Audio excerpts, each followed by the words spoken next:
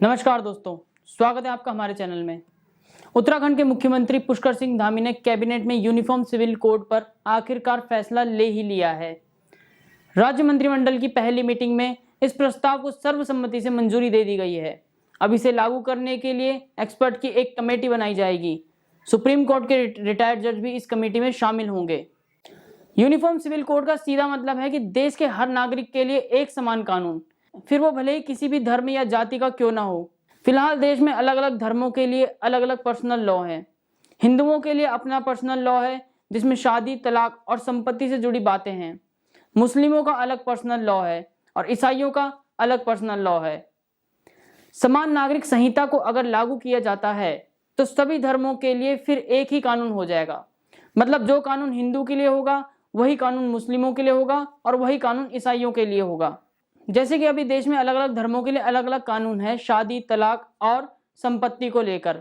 अभी जैसे हिंदू बिना तलाक किए दूसरी शादी नहीं कर सकते, लेकिन मुस्लिमों को 3 शादी करने की इजाजत है। समान नागरिकता संहिता आने के बाद सभी पर एक ही कानून लागू होगा, चाहे वो किसी भी धर्म का हो, किसी भी जाति का हो या फिर किसी भी मजहब का क्यों ना हो।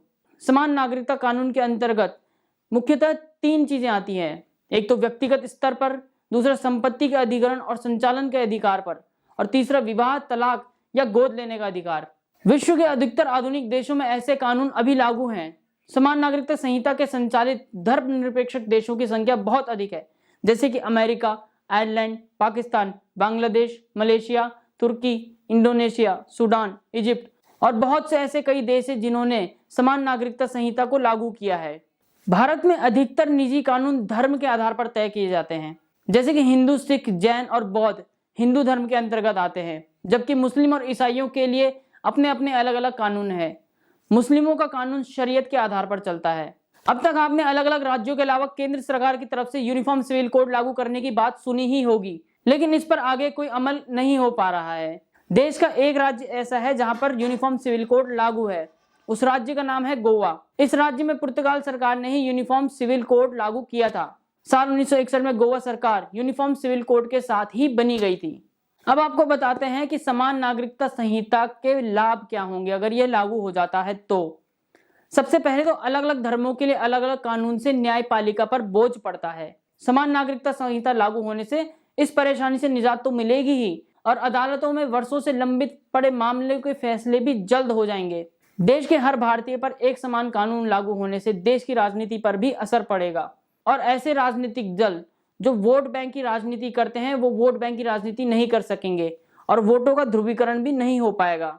आपको यह भी बताते हैं कि सर्वोच्च न्यायालय द्वारा शाहबानो मामले में दिए गए निर्णय को तत्कालीन राजीव गांधी सरकार ने धार्मिक दबाव में आकर संसद में कानून के माध्यम से पलट दिया था। समान नागरिक संहिता लागू होने पर भारत की महिलाओं की स्थिति में भी सुधार आएगा। अभी तो कुछ धर्मों में पर्सनल लॉ में महिलाओं के अधिकार सीमित हैं। इतना ही नहीं, महिलाओं को अपने पिता की संपत्ति का अधिकार और गोद लेने जैसे मामलों में भी एक समान नियम लागू होंगे। कुल मिलाकर बात यह है कि यूनिफॉर्म सिविल कोड हमारे देश में लागू होने की बहुत ज्यादा जरूरत है, क्योंकि हमारा धर्म कोई भी हो, सबसे पहले हम भारतवासी हैं और इस भारत में सब पे समान कानून लागू होना चाहिए। जय हिंद।